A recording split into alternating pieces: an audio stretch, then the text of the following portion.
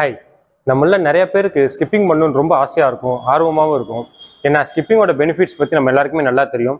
சிம்பிளாக நம்ம வீட்டில் இருந்த இடத்துல இருந்தே பண்ணக்கூடிய ஒரு ஈஸியான ஒர்க் அவுட் தான் இந்த ஸ்கிப்பிங். ஆனால் இந்த ஸ்கிப்பிங் எப்படி பண்ணுறதுன்னு தெரியாத காரணத்தினால தான் இங்கே பார்க்குறீங்க இல்லையா, இந்த மாதிரி தப்பான முறையில் வந்து நம்ம ஸ்கிப்பிங் பண்ணிக்கிட்டு இருக்கோம். ஆனால் நம்ம நினைக்கிற அளவுக்கு ஸ்கிப்பிங் ஒன்றும் ரொம்ப கஷ்டமானது கிடையாதுங்க. ப்ராப்பரான முறையில் எப்படி ஸ்கிப்பிங் பண்ணணும் அப்படிங்கிறத கற்றுக்கிட்டிங்கன்னா நீங்கள் ரொம்ப ஈஸியாகவே ஸ்கிப்பிங் பண்ணலாம். அது எப்படி பண்ணுறது அப்படிங்கிறத பற்றி தான் இந்த வீடியோ நம்ம டீட்டெயிலாக பார்க்க போகிறோம். வாங்க வீடியோக்குள்ளே போகலாம். தம்பி நிறுத்துப்பா, நீ பண்ற எல்லாமே தப்பு. வீடியோ பார்த்துட்டு வந்து அப்புறமா ஒழுங்கா பண்ணு.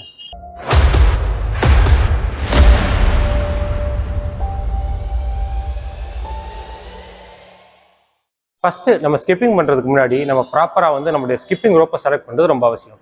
ஸோ ஸ்கிப்பிங் ரோப்பை பொறுத்த வரைக்கும் நீங்க ரொம்ப ஹைஃபையா காஸ்ட்லியா இந்த கவுண்டர் உள்ள மாதிரி அந்த மாதிரி வந்து சயின்டிஃபிக்கா ஃபேன்சியா உள்ள எதையுமே நீங்க வாங்க வேணாம்.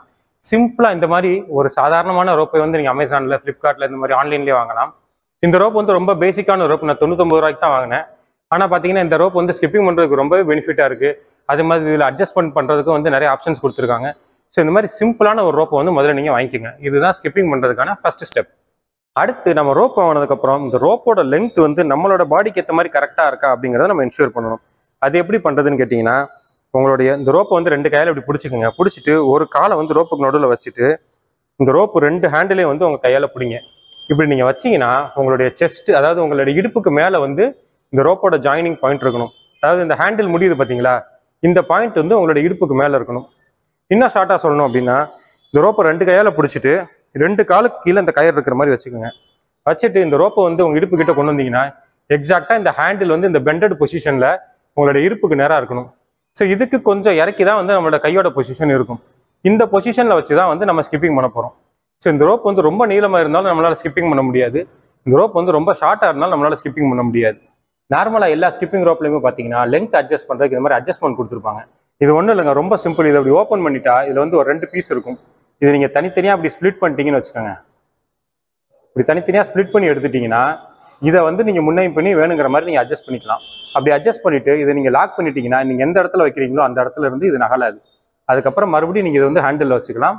ஸோ இந்த அட்ஜஸ்ட்மெண்ட்டை வச்சு உங்கள் பாடி லென்த்துக்கு தேவையான மாதிரி இந்த ரோப் வந்து நீங்கள் அட்ஜஸ்ட் பண்ணிக்கோங்க. இப்படி கரெக்டான லென்த்துக்கு நம்ம ஸ்கிப்பிங் ரோப்பை அட்ஜஸ்ட் பண்ணி வச்சுக்கிட்டா தான் நம்ம ஸ்கிப்பிங் பண்ணும்போது எந்த ஒரு டிஸ்டர்பன்ஸும் இல்லாமல் நம்மளால் கரெக்டான முறையில் ஸ்கிப்பிங் பண்ண முடியும். அடுத்து ரோப் அட்ஜஸ்ட்மெண்ட் பண்ணி முடிஞ்சதுக்கப்புறம் நீங்கள் எடுத்தோடனே ஸ்கிப்பிங் ரோப் யூஸ் பண்ணி ஸ்கிப்பிங் பண்ணாமல் ஃபர்ஸ்ட் வந்து இந்த ரோப்பை கீழே வச்சுட்டு நீங்கள் வந்து ஒரு நார்மலான ஸ்பாட் ஜம்ப்ஸ் வந்து பண்ணணும். அல்லது ரோப்பை நீங்கள் வந்து கையிலேயே வச்சுக்கோங்க. வச்சுட்டு நீங்கள் வந்து எந்த இடத்துல நிற்கிறீங்களோ அந்த இடத்துல வந்து நீங்கள் ஸ்பாட் ஜம்ப் பண்ணுங்கள்.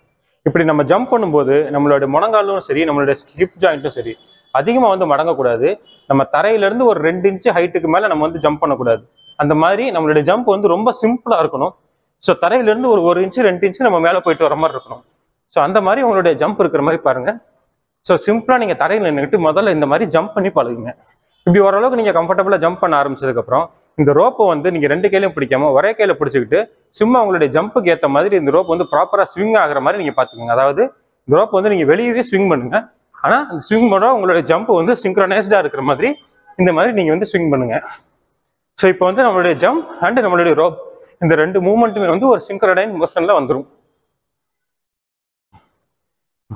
இதையே வந்து நீங்கள் 2 கையிலையும் மாற்றி இந்த மாதிரி வந்து நீங்கள் ஜம்ப் ப்ளஸ் இந்த ரோப்பை வந்து அவுட்டரில் வந்து ஸ்விங் பண்ணி உங்களுடைய ஜம்பிங்கும் உங்களுடைய ரோப் மூவ்மெண்ட்டும் ஒரு சிங்க்ரனைஸ்ட் மோஷனில் இருக்கா அப்படிங்கிறத என்ஷூர் பண்ணுங்க.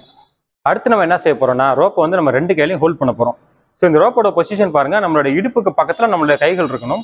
இந்த மாதிரி பொசிஷன் வச்சுக்கோங்க. ஸோ நம்ம இடுப்புக்கு பக்கத்தில் நம்ம கைகள் இருக்கும்போது ரோப் வந்து நம்ம காலில் ஒட்டி தரைக்கு முன்னாடி இருக்கும். சரிங்களா, இதுதான் ஸ்டார்டிங் பொசிஷன். இங்கேருந்து இந்த ரோப் வந்து அப்படியே பின்னாடி தூக்கி போட்டுக்கோங்க. ஸோ இப்போ இந்த ரோப் வந்து உங்கள் கால்களுக்கு பின்னாடி இருக்குது. இப்போ நான் சைட்ல இருந்து காமிக்கிறேன். ரோப் வந்து கால்களுக்கு பின்னாடி இருக்குது. இந்த கை 2யும் இடுப்பை ஒட்டி வச்சுக்கோங்க. வச்சுக்கிட்டு இந்த ரோப்பை உங்களோட இடுப்புக்கு பக்கத்தில் வச்சுக்கிட்டு நீங்கள் ரொட்டேட் பண்ணும்போது இந்த ரோப் உங்கள் காலு கிட்ட வரும்போது நீங்கள் லைட்டாக ஒரு ஜம்ப் பண்ணணும். மறுபடியும் நீங்கள் ரொட்டேட் பண்ணும்போது இந்த ரோப் உங்கள் காலு கிட்ட வரும்போது ஜம்ப் பண்ணணும். ஸோ ஸ்டார்டிங்கில் பண்ணும்போது நீங்கள் ரொம்ப வேகமாக பண்ணணும்னு அவசியம் கிடையாது.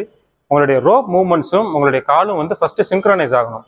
அதனால எடுத்தோடனே நீங்கள் ஃபாஸ்ட்டாக பண்ணணும் அப்படிங்கிறத பற்றி திங்க் பண்ணாமல் ஸ்லோவாக பண்ணுங்க. உங்களுடைய கால்களும் உங்களுடைய கைகளும் ஒரு சிங்க்ரனைஸ்ட் மோஷன் வந்ததுக்கப்புறம் ஆட்டோமேட்டிக்காக நம்மளால் வந்து நம்மளுடைய ஸ்பீடை வந்து இன்க்ரீஸ் பண்ணிக்க முடியும்.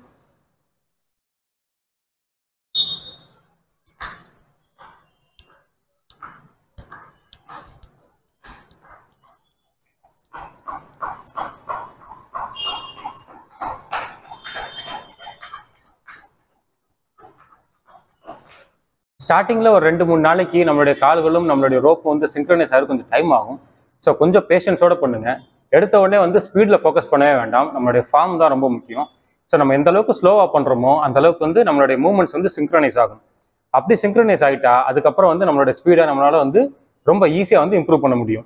ஒரு முக்கியமான விஷயத்த சொல்ல மறந்துட்டேன். நம்ம வந்து எப்போ ஸ்கிப்பிங் பண்ணுறதுக்கு முன்னாடியும் குறைஞ்சது ஒரு 5 நிமிஷம் நம்ம பாடியில் இருக்க எல்லா ஜாயின்ஸையும் வந்து நம்ம ப்ராப்பரான முறையில் டைனமிக்காக வந்து வார்ம் அப் பண்ணணும். அதே மாதிரி நம்ம ஸ்கிப்பிங் பண்ணி முடிச்சதுக்கு அப்புறமும் நம்ம ஸ்கிப்பிங்ல எந்தெந்த மசில்ஸ்ல எங்கேஜ் ஆச்சோ, அதாவது ஸ்கிப்பிங்கை பொறுத்த வரைக்கும் ஓவராலா நம்ம பாடியில் இருக்க எல்லா மசிலுமே எங்கேஜ் ஆகும். ஸோ ப்ராப்பரா வந்து ஒரு 10 நிமிஷமாவது டைம் எடுத்து உங்களுடைய ஃபுல் பாடியை வந்து கம்ப்ளீட்டா வந்து நீங்க ரிலாக்ஸ் பண்றத, உங்களுடைய ஃபுல் பாடியை வந்து நீங்க கம்ப்ளீட்டா ஸ்ட்ரெச்சிங் பண்றதை நீங்க என்னைக்குமே மிஸ் பண்ணிடாதீங்க.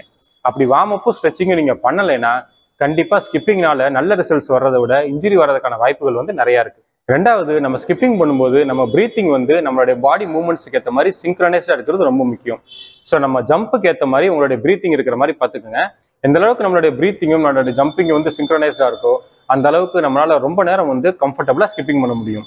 ஒன்ஸ் இந்த பேசிக் ஸ்கிப்பிங் மூவ்மெண்ட்டை நீங்க ப்ராக்டிஸ் பண்ணி பழகிட்டீங்கன்னா அதுக்கப்புறம் வந்து ஸ்கிப்பிங்லேயே நிறைய வேரியேஷன்ஸ் இருக்கு. அந்த வேரியேஷன்ஸ் எல்லாமே வந்து ரொம்ப ஈஸியாக அவங்களால பண்ணிட முடியும்.